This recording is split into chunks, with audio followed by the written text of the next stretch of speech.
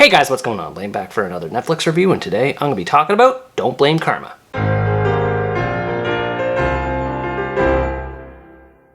Don't Blame Karma is a Mexican romantic comedy that tells the story of Sarah, a clothing designer who avoids chasing for things on account of her supposed bad luck, which she received as a child when her younger sister Lucy curses her during her birthday party. She blames this bad luck as the reason for her split from her crush Aaron. Fast forward several years later, and Lucy unexpectedly turns up to announce that she is engaged to Aaron, who has since become a successful musician. As she tries to cope with the news, she must also determine if her karma really is the cause of all her problems. It was nice to see another Mexican movie after Netflix going so long without one, even if this did turn out to be pretty average. The characters are bland, the comedy is iffy, and its central concept isn't fully explored, but there's an undeniable charm behind its presentation that makes it somewhat worth watching. I thought that Sarah was a decent protagonist. She's tired of dealing with her bad karma and being singled out by her parents to be compared to her more successful sister so much, which is an understandable experience that helped me relate better to her character. She feels as though she can't do the things she wants without having them backfire, be it taking her passion for fashion to the next level or maintaining a relationship with the man she loves.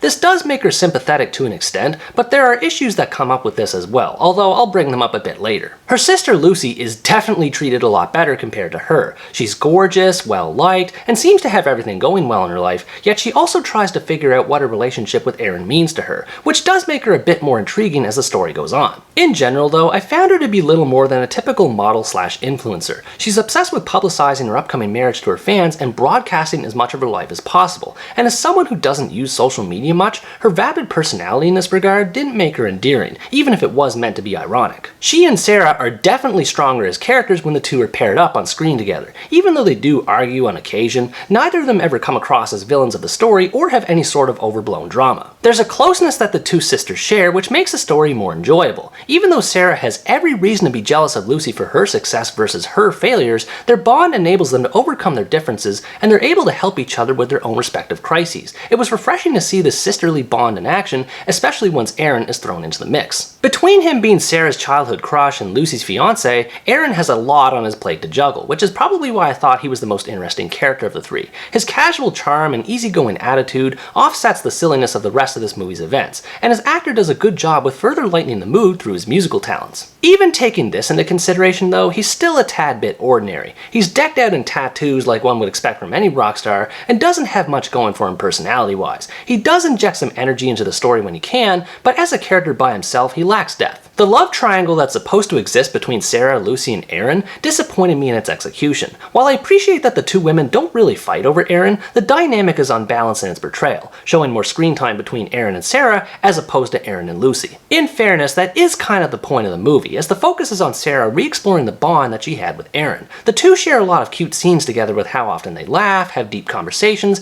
and go on outings together, so they're believable as people who are trying and failing to hide their feelings for each other. I just think it would have been a lot better if the filmmakers dedicated some time to properly show how empty the bond is between Aaron and Lucy. There are one or two scenes that make this lack of chemistry evident, but it's not conveyed well, and without Sarah being involved, Lucy doesn't have much else to do in the story. The biggest problem I had with the movie concerns Sarah's bad luck and how she feels punished by her sister's supposed curse. I felt that the movie didn't take as much advantage of this concept as it could have, as her misfortune is made out to be a lot worse than it actually is. Looking at her from an objective point of view, Sarah is an attractive woman, is in a relationship with another man, and is happily pursuing her job in designing and selling clothes. There's only a few moments that could suggest her having bad karma, and most of them are played off as comic relief. And on one hand, I am glad that the movie is lighter in tone and doesn't get completely bogged down in drama, especially between the sisters, but on the other hand, the jokes are mostly slapstick and aren't very funny in their presentation, particularly the open relationship bit with Sarah's parents, which was pretty annoying to sit through. I also didn't understand how Lucy didn't previously know about Sarah and Aaron's past friendship,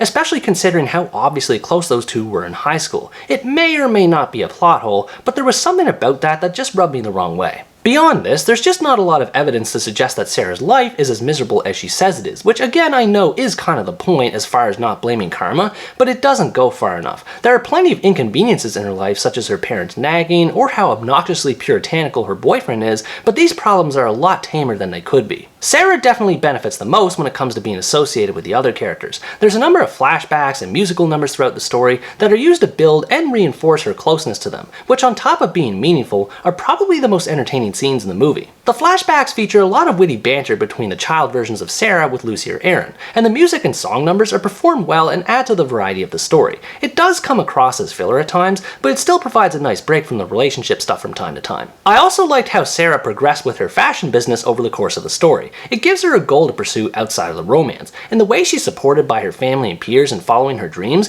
contributes to the happy feel-good tone this movie provides. Its positivity is probably why I ended up being kinder toward this movie. It has a great moral message about following one's passion and avoiding self-doubt while doing so, and while it takes a long time for Sarah to get to this point, her journey to it is made more engaging thanks to the people she surrounds herself with. Overall, Don't Blame Karma is an average romantic comedy that falters with its story, but is kept afloat by the chemistry of its cast and its optimistic presentation. If you like romantic comedies and you're looking for a love triangle type of story that doesn't have too much baggage attached, you might enjoy this movie. Its central concept isn't as explored as much as it could have been, but the characters when on screen together make it worth watching, and its inspiring message should prove motivating for anyone wanting to chase their dreams, with a little help from their friends along the way. What did you think about this movie? Did you like seeing the relationships between the characters play out, or did you think they were lacking in parts? Let me know in the comments below. Anyways guys, that's going to wrap up my review of Don't Blame Karma. Thanks for watching this video, I hope you enjoyed it, and as always stay tuned for the next part where next time I review the American romantic comedy, Wedding Season.